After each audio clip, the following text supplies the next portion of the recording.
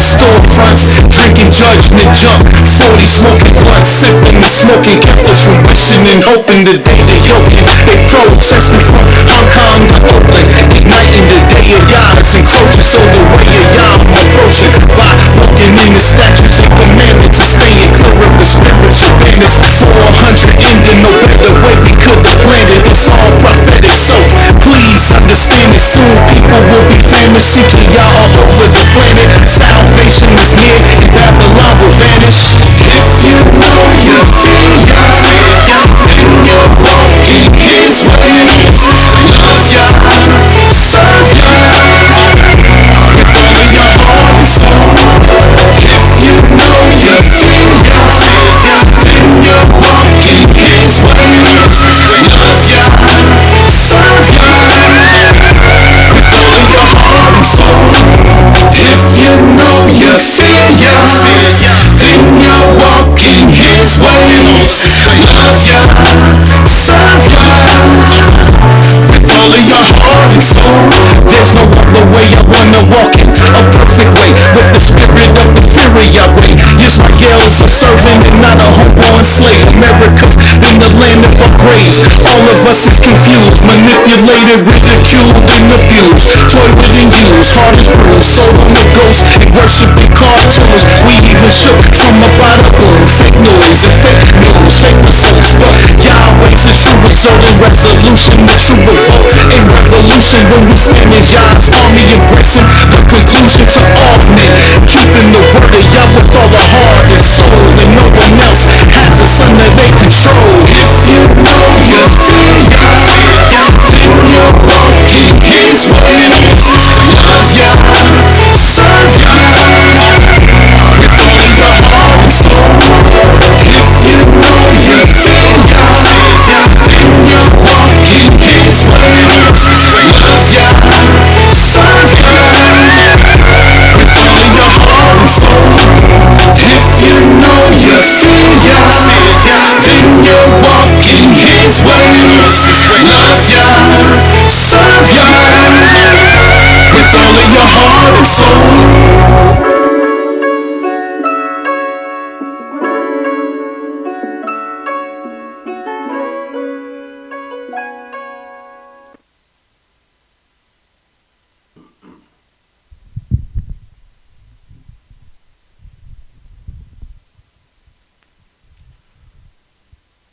Shalom.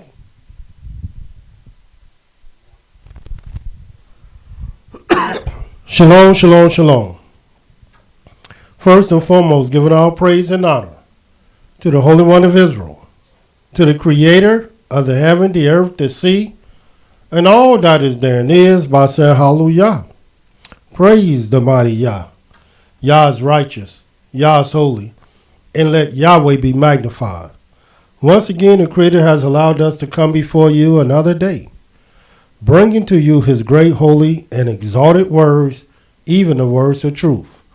My name is Moreh Ishaya Yisrael of the House of Israel, located right here in Cincinnati, Ohio, 2230 Kemper Lane, bringing to you nothing but the truth. And yes, it is true.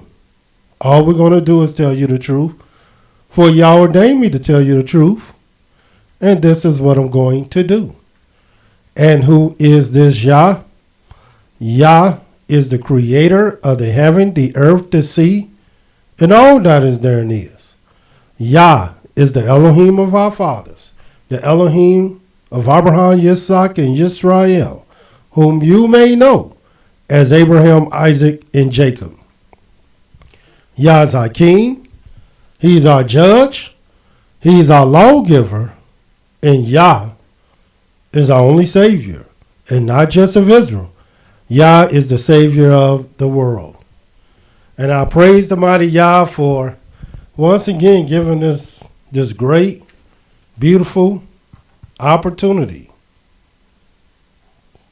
to bring His words to you. Yes, tonight we will still be dealing with the book of Leviticus, the book of the law, the third book of the law. which come from the Hebrew word Wayikra. Wayikra means he called out. And Yahweh would call out of the tabernacle unto Moshe. And he will give him these laws of holiness, laws of cleanness, that anyone approaching the tabernacle of meeting, the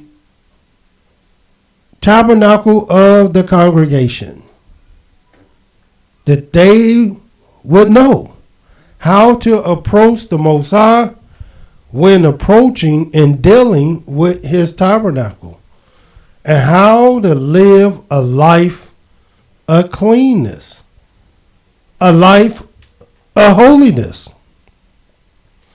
And this is what the book of Leviticus deals with. Most people tell you that the book of Leviticus is what the Levites wrote, and it's about the Levites, and they couldn't be further from the truth.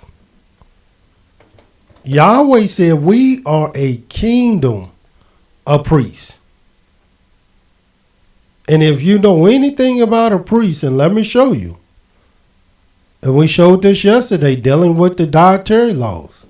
And I may add, before I even show you this in the book of Leviticus, the 10th chapter, first I want to let you know we've been dealing with the book of the law in a peculiar manner than anybody else.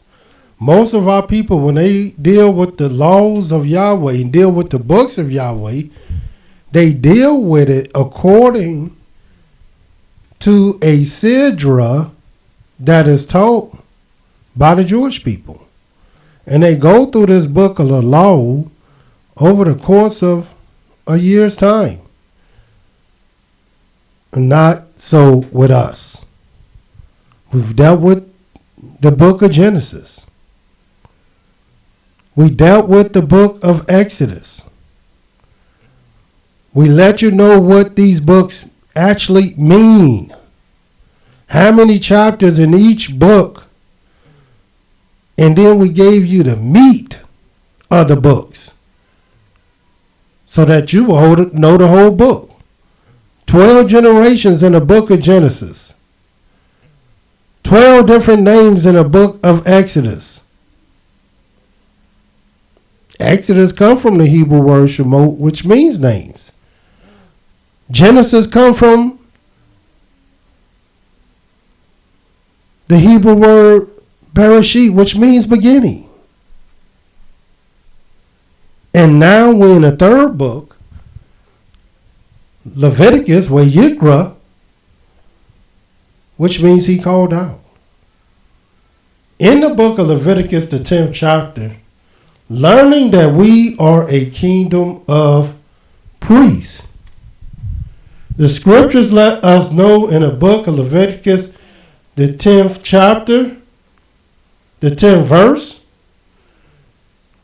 it says, and that you may put difference between the holy and unholy, between the unclean and clean.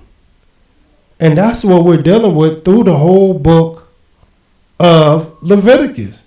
How to be clean and how to be holy.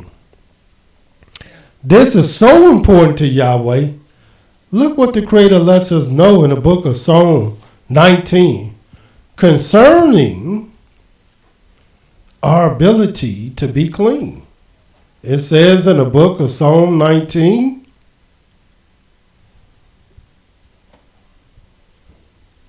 so you'll know how important this is.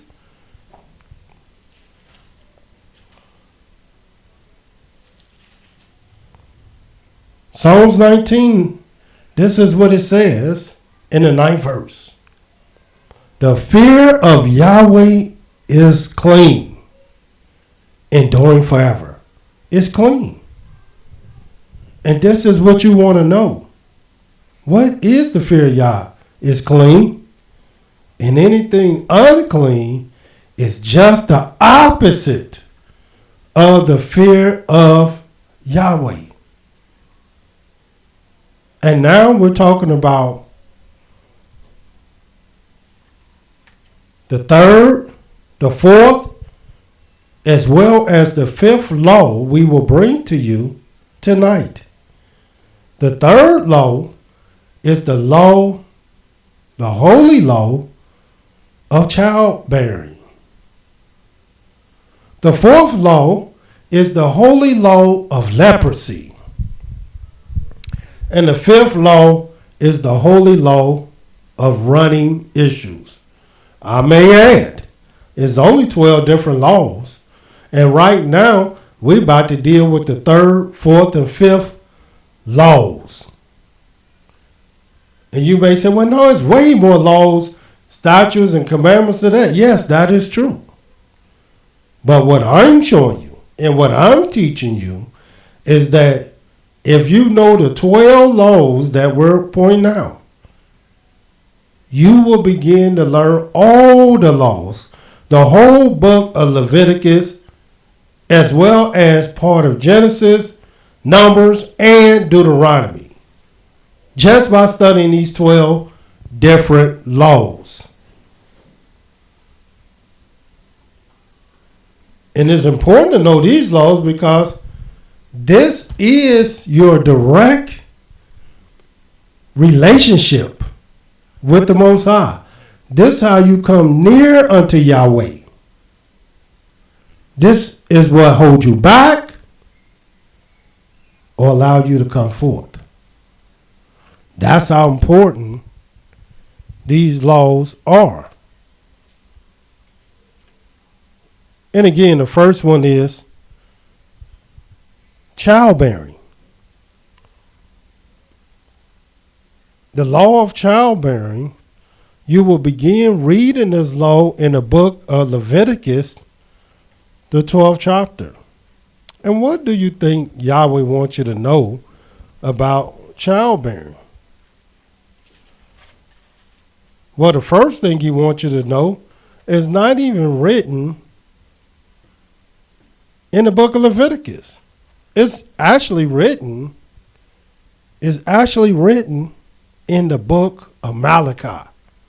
And let me show you this so you can understand how this law is very relevant, essential. To your relationship with the Most High. And watch what it says in the book of Leviticus. And we're going to start reading at the Malachi, the 2nd chapter, the 12th verse. And this is what it says. Malachi 2:12. Yahweh will cut off the man that does this, the master and the scholar out of the tabernacle of Yaakov, and him that offers an offering unto Yahweh of hosts. If you're going to offer an offering unto Yahweh, and that's all of Israel, Yahweh said he's going to cut off the man that does this. And what is this? And this have you done according covering the altar of Yahweh with your tears, with your weeping, with crying out, in so much that he regards not the offering anymore, or receives it with good will at your hand. Yet you say, why? Why haven't you received this? Why aren't you hearing us? What have we done? And watch what Yahweh says. Because Yahweh has been witness between you and the wife of your youth, against whom you have dealt treacherously, yet is she your companion, and the wife of your covenant. Little do people know that a lot of things are not being answered today from Yahweh, even though our people praying earnestly to Yahweh, crying unto Yahweh, weeping unto Yahweh. But Yahweh looking down from his holy kingdom, from his holy tabernacle, from his throne that is settled and set in heaven, looking at us like, man, I wouldn't dare do nothing for y'all. seeing how you all treat the daughters of Zion, seeing how treacherous you are. You crying to me while she's crying about you. And Yahweh see the false balance. And Yahweh said a false balance is an abomination unto him. So no, he's not going to hear you until you get your house in order. Don't even look to call on Yahweh at his house in heaven. But watch what he says. Why do he want your house together? Why do he want you to stop all the weeping and crying that you causing in others? 15th verse. He's already let us know she's the wife of your youth, the wife of your covenant. And I may add, it's a difference between a wife of your covenant and a wife of your vows. You won't even read the scripture where it says this is the wife of your vows. Watch what it says. And did not he make one? Didn't I make y'all one? Yet had he the residue of the Spirit. And why one? Why did I make you one? That he might seek an Elohimly seed. Therefore take heed to your spirit, and let none deal treacherously against the wife of his youth. And what is an Elohimly seed? Wouldn't that be someone that's holy? Since Elohim said he's holy, therefore thou shalt be holy. This is how important child rearing is to Yahweh. He's the one to bless you to have the children. And every day you got to raise your children with the gratitude that Yahweh blessed you with. He blessed you with children. Now show you grateful. Show you have some type of gratitude. Show your thanks by raising them right. Raising them in a holy way. Raising them in an Elohimly way. What other way can you raise them? But according to the law of Yahweh. In the book of Leviticus, the 12th chapter, going back there,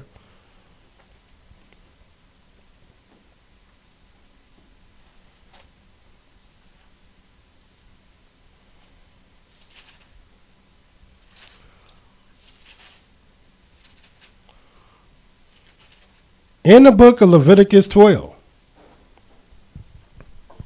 And we're going to read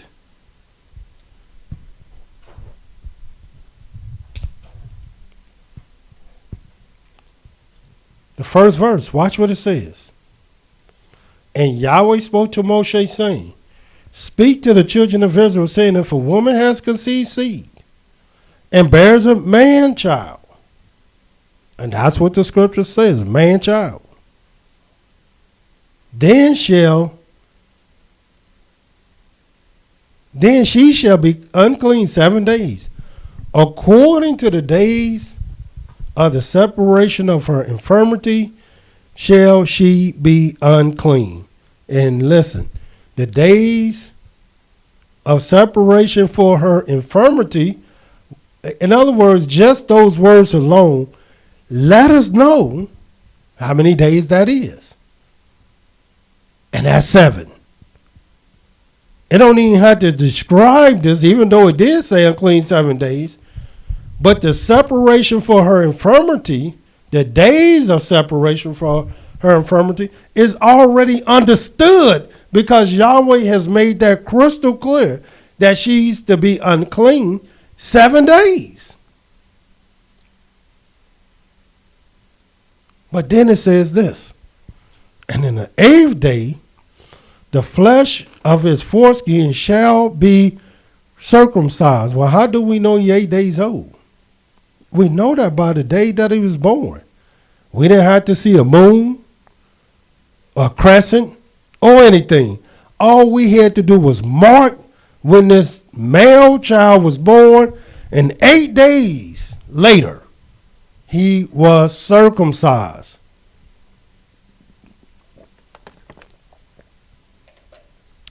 All this moon talk, and you won't even see the moon mentioned here at all. But we know what the days of this separation for her infirmity is. It's 7. This is the language of the scriptures, as you're going to see. It's holy. And then when he's 8 days old, now if you can count 8 days without a moon, surely you can count more than that without that. All you got to do is keep counting. Watch what this says. And she shall then continue in the blood of her purifying 3 days. She shall touch no hollow thing, nor come into the sanctuary until the days of her purifying are fulfilled. And the days of her purifying is 40 days. See, we know that. 7 days of uncleanness, 33 more days for her days of purification. In total, she's away from the tabernacle for 40 days. Likewise, if she had a man child, likewise her baby. Because the baby is with her. But this is different for a maid child. And let's see what the difference is. 5th verse. But if she bears a maid child, then she shall be unclean 2 weeks, as in her separation. Now, what is 2 weeks? You would think these terms are you got to be a rocket scientist to know what these terms are. No, 2 weeks is simple. It's 14 days. Now, how do we know that? To know what 2 weeks is just to know what a week is. A week is 7 days. And you got 2, it's 14 days. But Yahweh didn't have to say 14 days. He said 2 weeks. Because it's a term understood. Nobody needs 2 weeks is never 10 days.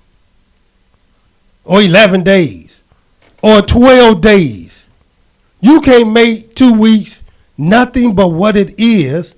And it is 14 days. That's what 2 weeks is. But a month, you can't make a month anytime, anything you want. A month period in the scriptures is 30 days. Nothing more, nothing less. If 2 weeks is 14 days, and you can't make 2 weeks nothing else, then how can you make a month something else? These are exact numbers given by the Most High.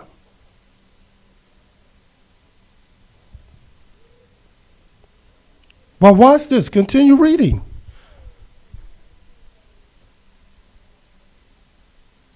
And she shall continue in the blood of her purifying 66 days. So in other words, you got 66 days, which is 66 days, plus 14 days, which is 2 weeks, a total of 80 days. So she had a little girl, a maid child. She's away from the sanctuary 80 days. And Yahweh could have easily said 40 days for the male, 80 days for the female. Well, no, he didn't say it like that. Why? Because he broke down by law each situation. That applies. 7 days of uncleanness for the male, 2 weeks of uncleanness for the maid child, 33 days away from the sanctuary for the male, and 66 for the maid child.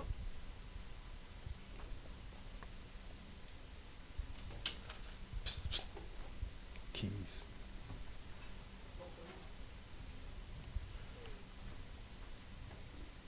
And all this is very, very vital and important to Yahweh. Why? Because this is the law.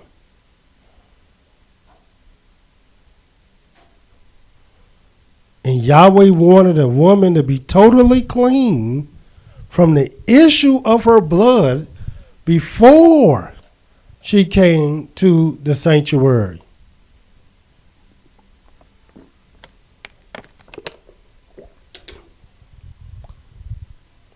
And this is the law on childbearing.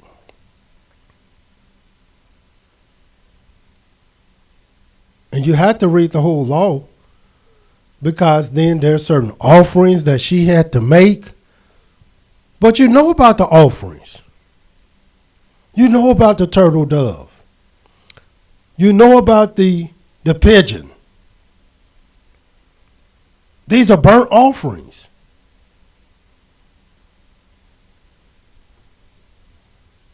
Because we read that in the first law. And that law will extend all the way to here, but you know about it. Now, everywhere you'll read about the male child, the maid child,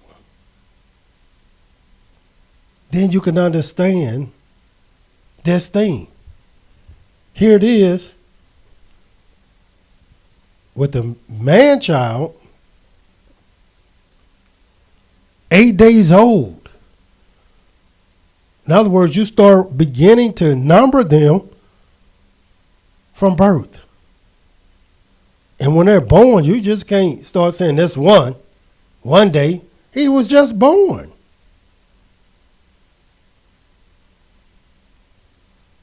And he's newborn, and then he become 1 day old, 2 days old, 3 days old, 4 days old. Now, people don't know how to count yet. But if you keep listening to us, we will teach you. Just like, and we'll cover this a little bit more extensively, watch this in the book of Leviticus 27 so you can see this. So you can see how low you got teachers going around, you don't have to count, and we're just some counters here in Cincinnati. Well, that sounds foolish when I read all these scriptures talking about counting. Watch this in the book of Leviticus, the 27th chapter. I want you to see this, because this is on how you going to raise children and you don't even know how to count their age. You think their age is predicated on the moon, and it ain't at all. Matter of fact, your age today, your mama and daddy, you ain't at the age that you were at because you was looking at a moon, and nor were they. I wonder if you think your age is correct. You probably think the white man lied about that, and you don't know how old you are. Don't tell me how old you are, and you ain't been using no moon. Watch this. But then when it comes to holy things, you won't use the moon. When it comes to you and real life stuff, you don't use that. Ask Christianity and Judaism and all these other isms. In the book of Leviticus 27, watch this. It says, speak to the children of Israel and say to them, when a man shall make a singular vow, the persons shall be for Yahweh by your estimation. And watch what the Creator says. Your estimation shall be of the male from 20 years old even to 60 years old. Even your estimation shall be 50 shekels of silver. After the shekel of the sanctuary. And if it is a female, then your estimation shall be 30 shekels. So this is from 20 to 60. Now, why is that? What do a 20-year-old through 60 years old and above have in common? Well, they all adults, according to the scriptures. Why would their vows after the shekel of the sanctuary, they all lump together? They must have something in common. And they do. They all adults. So right here, Yahweh is not talking about a child. He's talking about men and women. But let's keep reading. The 4th verse. Or the 5th verse. Watch this. And if it is a female, and if it is from 5 years old, even to 20 years old, then your estimation shall be of the male 20 shekels and the female 10 shekels. In other words, the weight of shekels is different and their age is different. This 5 to 20, the male and the female. And what do they have in common? None of them, from 5 all the way up until 20, they're not adults. From 20 years old and above, they adult. From 5 up to 20, these are not adults at all. Why do you think Yahweh separates them in that manner and weigh them with a different weight? Because when you turn 20, your responsibilities change. I know you ain't been taught this, but we're going to teach you the law. Watch what it says. We're going to continue reading the 6th verse. And if it is from a month old, still talking about childbearing, even to 5 years old, then your estimation shall be of the male 5 shekels of silver. For the female, your estimation shall be 3 shekels of silver. In other words, what do a month old to 5 years old have in common?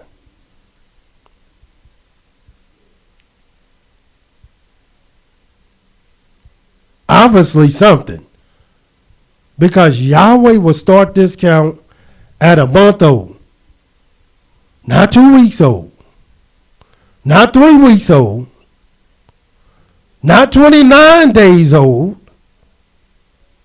As you've been mistakenly led to believe. But at a month old and upwards to 5. A different weight altogether. And then the 7th verse, and if it's from 60 years old and above, and why 60? Now you get into your elders. Because it's saying 60 for a reason. And there's a difference between a 60-year-old and a 50-year-old. If it's a male, then your estimation shall be 15 shekels. And for the female, 10 shekels. These are all weights and estimations of a certain age group of men and women, starting from a month old.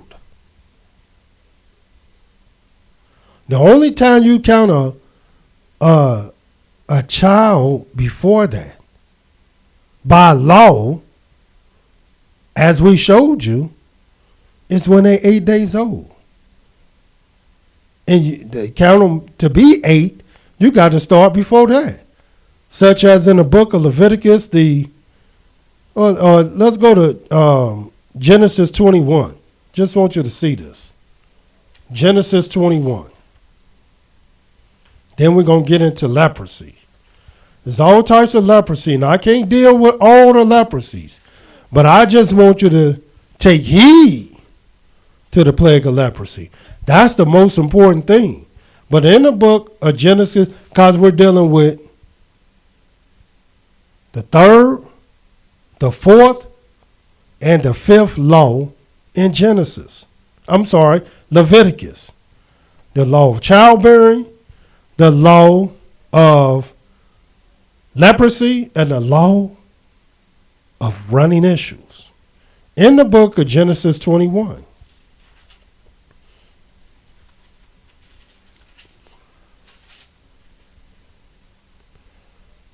And we're going to read the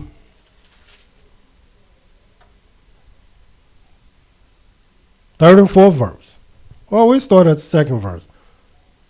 It says, "For Sarah conceived, bore Abraham a son in his old age, at the set time of which Elohim had spoken to him. And Abraham called the name of his son that was born unto him, whom Sarah bore to him, Isaac. And Abraham circumcised his son, Isaac, being 8 days old, as Elohim had commanded him." So he knew how to count. And if you don't know how to count, and you don't think counting is part of the law, and you shouldn't count like some people teaching, then how you going to count whether your son is 8 days old?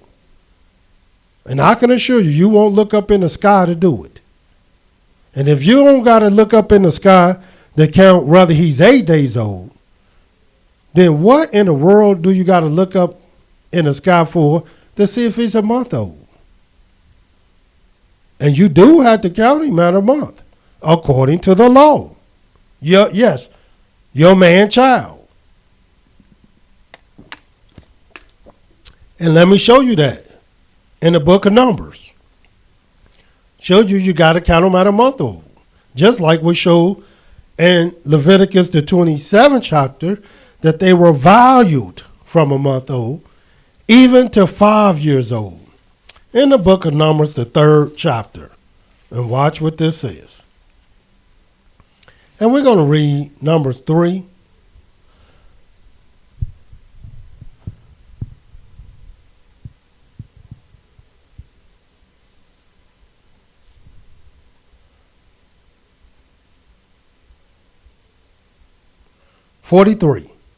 Verse 43.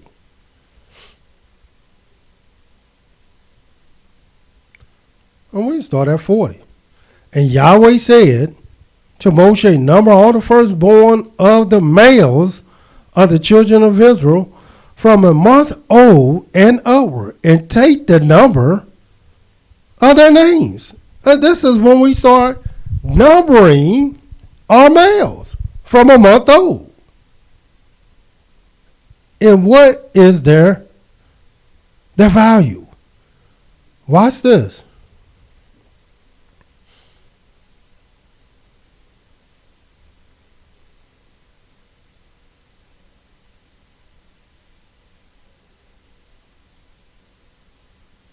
'46th verse.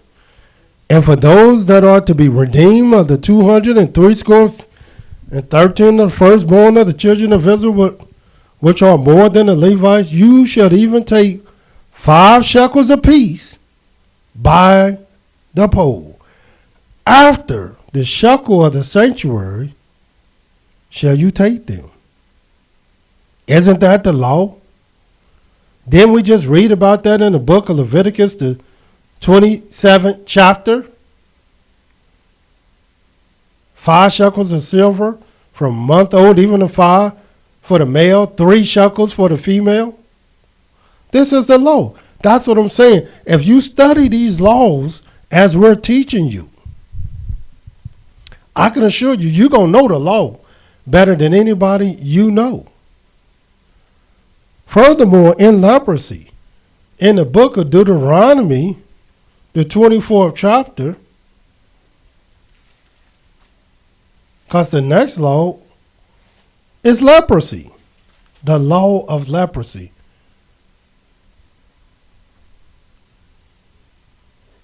And it's very important to remember this law, and we're about to show you why. In the book of Deuteronomy 24, verse 8, it says, take heed in the plague of leprosy. The only way you can take heed of it is that you know it. And you will know it if you begin to read the law in the book of Leviticus.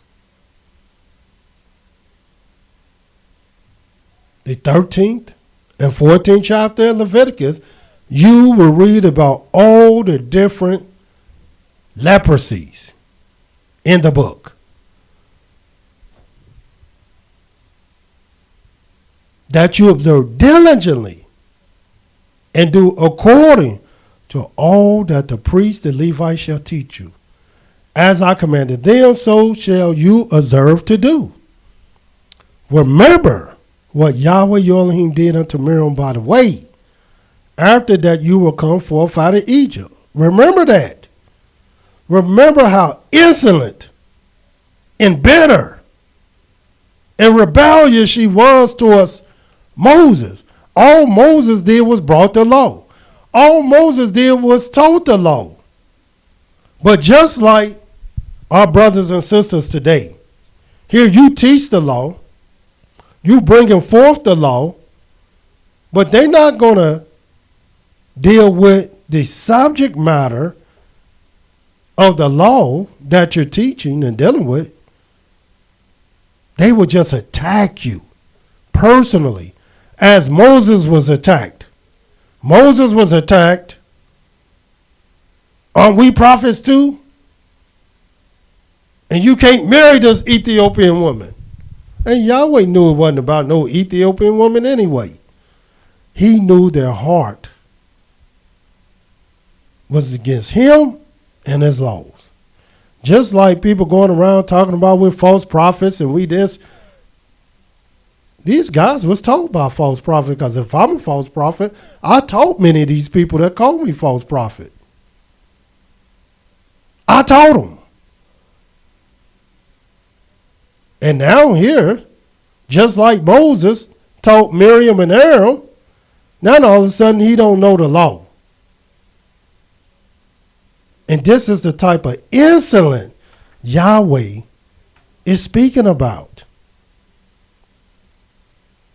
And look what Yahweh did as a result of them speaking against Moses in the book of Numbers, the 12th chapter.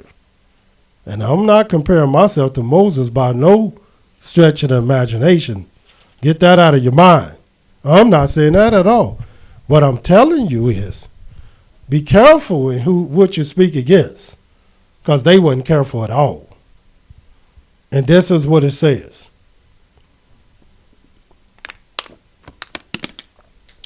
And Miriam and Aaron, Numbers 12 and 1, spoke against Moshe because of the Ethiopian woman whom he had married. For he married an Ethiopian woman. And they said, has Yahweh indeed spoken only by Moshe? Has he not spoken also by us? And Yahweh heard it. And the man Moses was very meek, above all the men which were upon the face of the earth. And Yahweh spoke suddenly unto Moses, to Aaron, to Miriam, come out you three to the tabernacle of the congregation. They three came out. And Yahweh came down in the pillar of the cloud, stood in the door of the tabernacle, called Aaron and Miriam, and they both came forth. And he said, hear now my words. If there's a prophet among you, I, Yahweh, will make myself known to him in a vision, will speak to him in a dream. My servant Moshe is not so, who is faithful in all my house. With him will I speak mouth to mouth, even apparently, and not in dark speeches. And the likeness of Yahweh shall he behold. Why then were you not afraid to speak against my servant Moses? You should have been afraid. How I deal with this man. And the anger of Yahweh was kindled against them, and he departed. And the cloud departed from off the tabernacle, and behold, Miriam became leprous. In other words, she became white as snow. And Aaron looked upon Miriam, behold, she was white, which means leprous in the scriptures. And Aaron said to Moshe, alas, my master, I beseech you, lay not the sin upon us wherein we have done foolishly and wherein we have sinned. And Yahweh described how she looked. Let her not be as one dead, of whom the flesh is has consumed when he comes out of his mother's womb. That's how she undoubtedly looked. Like one dead, like one flesh is half consumed. This is the word of Yahweh. These are not my words. I have nothing against nobody. But this is what Yahweh said. So if you have a problem with being white, loving white, then you got a problem with Yahweh. You don't have no problems with me. All I do is teach the law. But undoubtedly, our people is not taking heed to this law. Because they don't realize the only reason she became white is because she was so insolent, churlish, bitter, rebellious. How do you think Cain became white? Yahweh will put a mark upon Cain. Least anyone seeing him shall kill him. In other words, the mark saved his life. But the mark was a mark of sin. Because Cain was white. He was leprous. He had leprosy. Why do you think King Uzziah became white? Even though he knew the law, he knew that he was not to light the incense. Like our people doing today. You tell them don't burn no, this ain't that incense. Well, where do you burn any incense? Period. Where'd you get this custom from? Did not Yahweh say acknowledge him in all your ways? And here it is, a king of Israel who was not to light incense was told not to light it by the priest. And guess what he did? He became rebellious. He became insolent, mad, bitter. And same thing Yahweh did to Miriam, Yahweh did to King Uzziah. And I may add, King Uzziah died a leper. Miriam didn't. But King Uzziah died a leper.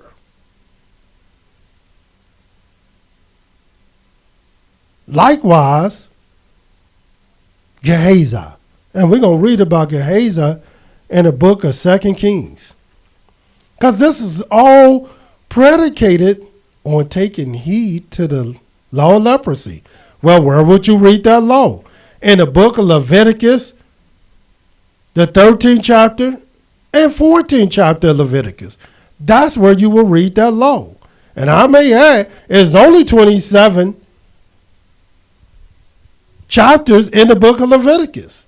So in other words, just reading through the 14th chapter, you're already at half the book.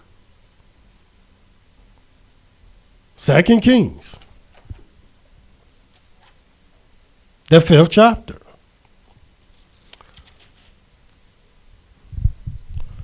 And we're going to read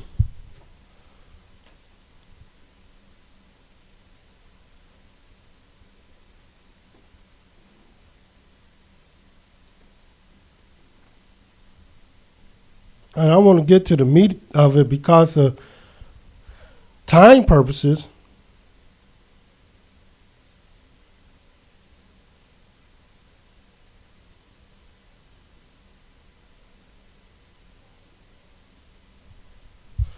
20th verse. But Gehazi, the servant of Elisha, he was a servant of the prophet. Man of Elohim said, Behold, my master has spared Naaman the Syrian, and not receiving at his hands that which he brought. But as Yahweh live, I will run after him and take something from him. In other words, see the type of heart he has? And that's how people's heart is. You got to, Yahweh give it and Yahweh take it. You got to know when it's time to receive and when it's time. And at the point that the prophet Elisha didn't take, who's worthy to receive, then hands off. But Gehazi followed after Naaman. And when Naaman saw him running after him, he lighted down from the chariot to meet him and said, It's all well. And he said, All is well, my master has sent me, saying, Behold, even now there has come to me from Mount Ephraim 2 young men of the sons of the prophet. Give them, I pray you, a talent of silver, 2 changes of garments. In other words, he lied in the name of the prophet Elisha, as many people doing today. And Naaman said, Be content, take 2 talents.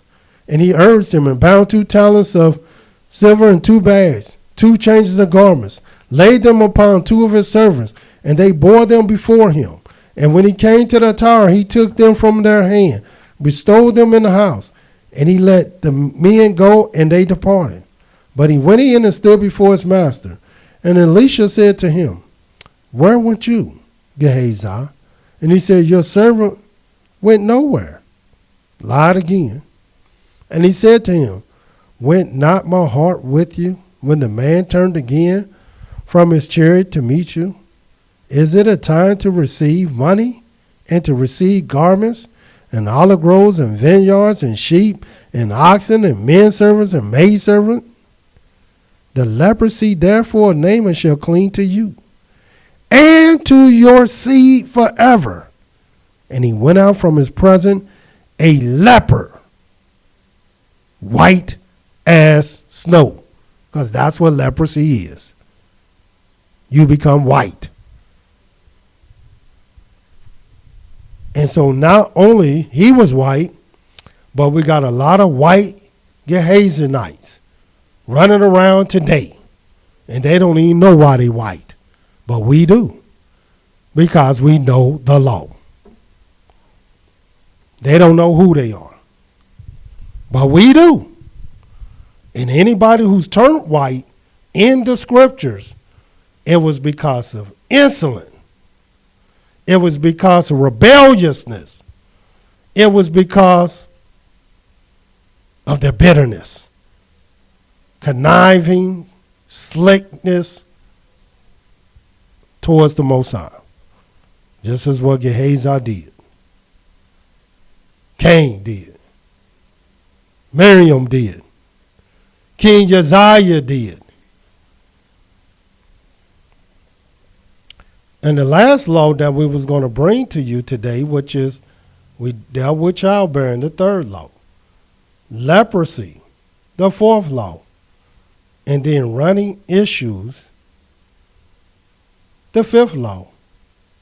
And the running issues is really kind of self-explanatory.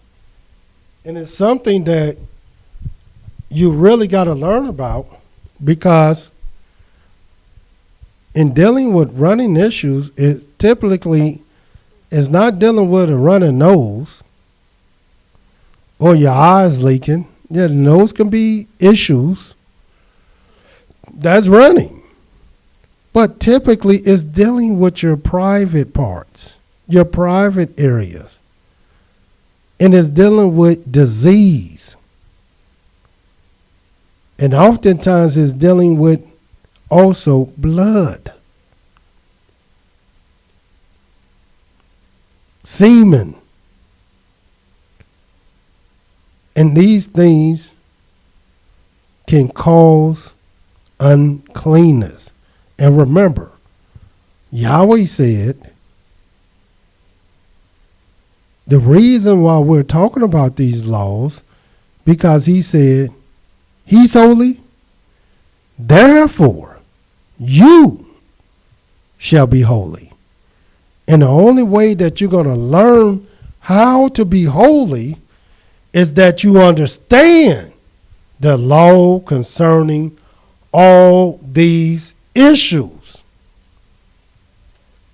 And of course, this is in the book of Leviticus, the 15th chapter.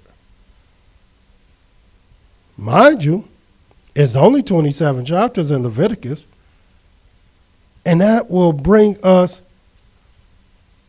a little bit more than half the chapters in the book. And we just dealt with, this is the 5th law. Through 15 chapters. And this is what it says about the running issues. Very, very first verse. Because it don't take a rocket scientist. And Yahweh spoke to Moshe and to Aaron, saying, speak to the children of Israel, and say to them, when a man has a running issue out of his flesh, because of his issue, he's unclean. And this shall be his uncleanness in his issue. Whether his flesh runs with the issue, or his flesh is stopped from the issue, it is his unclean. In other words, you might not see nothing coming forth, but he still is unclean, because he still may have an issue. Every bed whereon he lies that has an issue is unclean. Everything whereon he sits shall be unclean. And whosoever touches bed shall wash his clothes, bathe himself in water, and be unclean until the evening. And most of these laws would have you to be unclean until the evening, with the exception of blood and dealing with the dead. But watch what this says. And he that sits on anything whereon he said that has an issue shall wash his clothes, bathe himself in water, and be unclean until the evening. They talking about all this, what they call it, if you're in the presence of somebody who might have COVID, maybe you don't have it, and you had on your mask. They had on your mask, but they had a positive test, a COVID test, and you was in their presence. They still will quarantine you, because we don't know if it's possible that you might have it or not. So at a cautionary contamination, cautionary reasons, you're quarantined.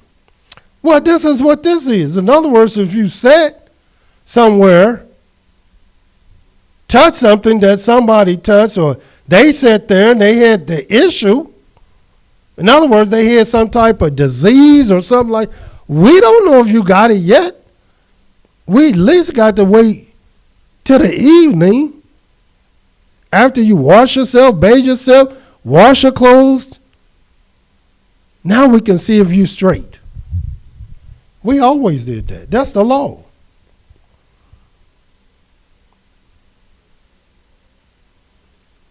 Seventh verse. And he that touches the flesh of him that has the issue shall wash his clothes, bathe himself in water, be unclean until the evening. And if he that has the issue spits upon him that is clean, in other words, by accident, this is no deliberate type of somebody spit on somebody, then he shall wash his clothes, bathe himself in water, and be unclean until the evening. And whatever saddle he rides upon that has the issue shall be unclean. All cautionary, because we don't know. See, if you touch something that is unclean, we don't know if you are contaminated. And whoever touches anything that was under him shall be unclean until the evening. And he that bears any of those things shall wash his clothes, bathe himself in water, be unclean until the evening.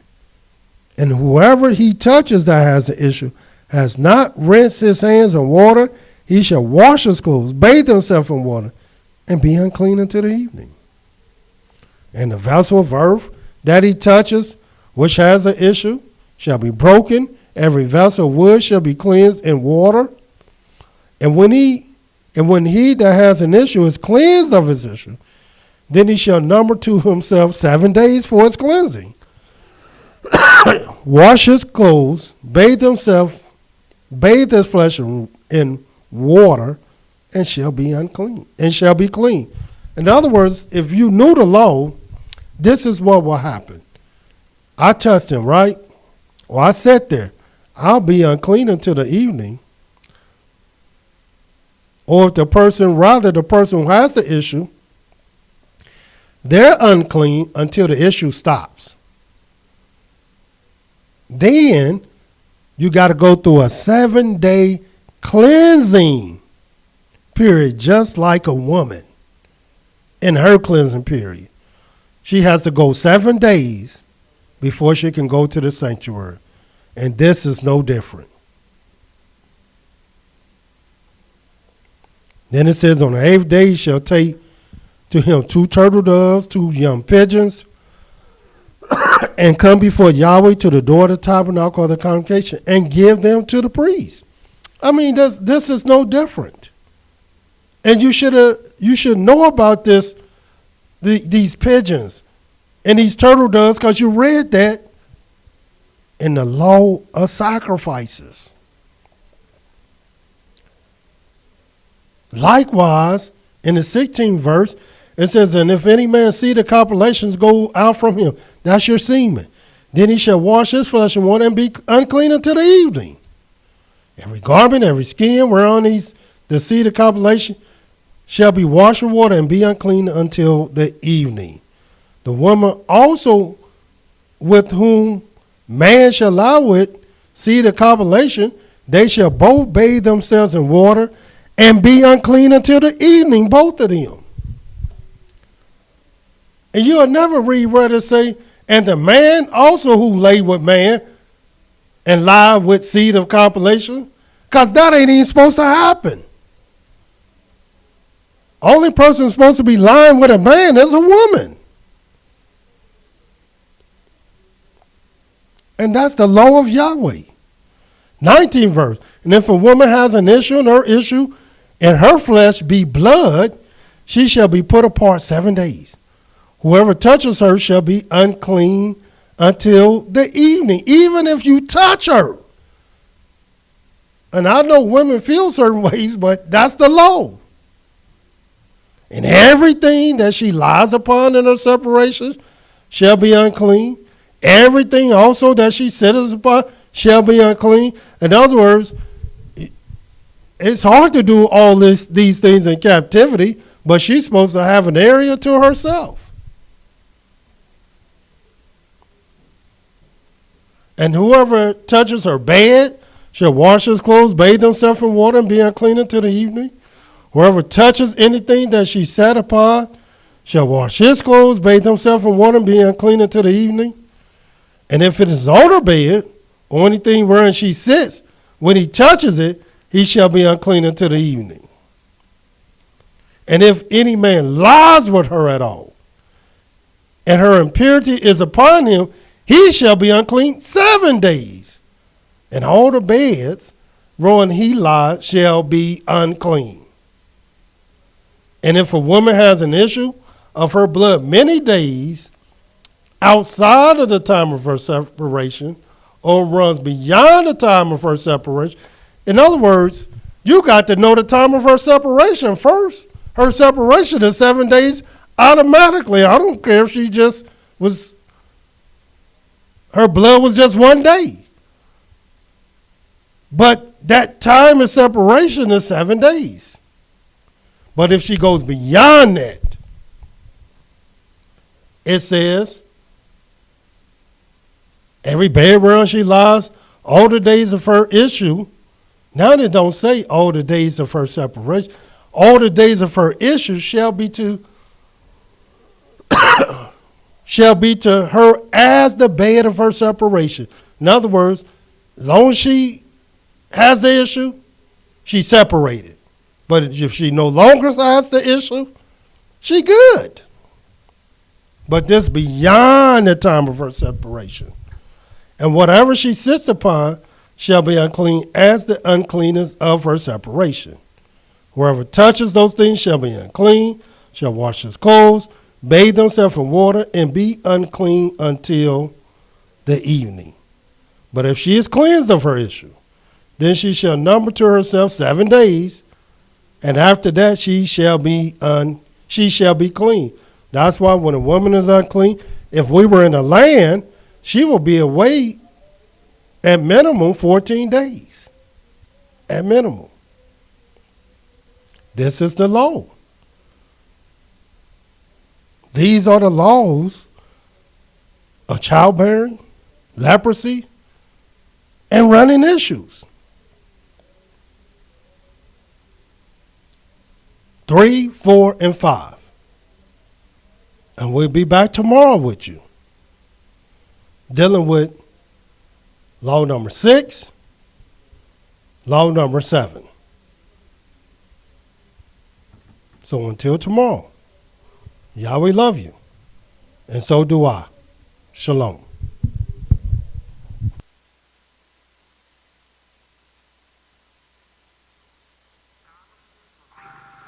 I have so much high self-esteem, I am Israel. I glory in myself, as many of us did. It made me feel as if I was the highest thing on the world, because I thought I knew the greatest secret on this earth. Men and women were burning down institutions of education and rioting because they wanted black history. And I said, I found black history right here in the Holy Scriptures, and I found out that I'm part of the holiest, greatest. Yeah, I serve it refined, perfect. Walk through the iron furnace, not burning 400 years. You got no time, purpose. Wise flourish, fools following folly. The blind person, eyes hurting, let the light in. Like I despise curtain, watch out for them lying. Service, humbleness, I'm trying purchase. Cause it's kinda hard to stay on your job with pride working. What's his name? And his son's name, if you can tell. Yahweh Elohim, your host, his son's name is Israel. So awake, Yaakov, watch out for your sins. Yahweh be with you, while you be with him. If you seek him, he will find you. Do not put his words behind you. If you forsake him, he will forsake you. So please be mindful. Life is a battleground, so break up your fallow grounds. Seek righteousness and sow in mercy till he shower down. You form a latter-ray, restored in the latter days. Jacob no longer repressed and thinking like a slave. Yahweh is his name. His word has came to us as the rain. Yahweh is his name. His word has came to us as the rain. Is that Yahweh Yahweh is his name. is our lawgiver.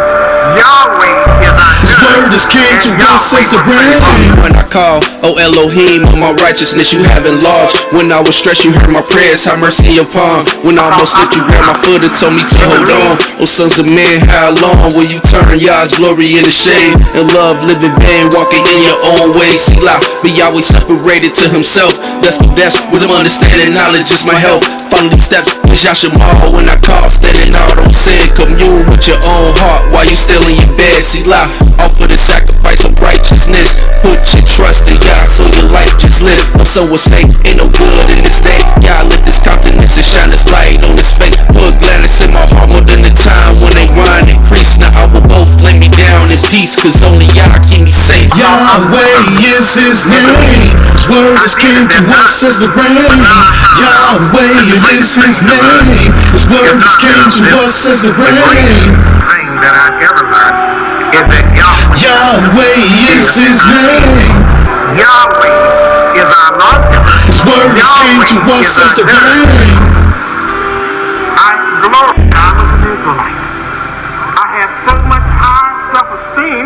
I am Israel. Yeah.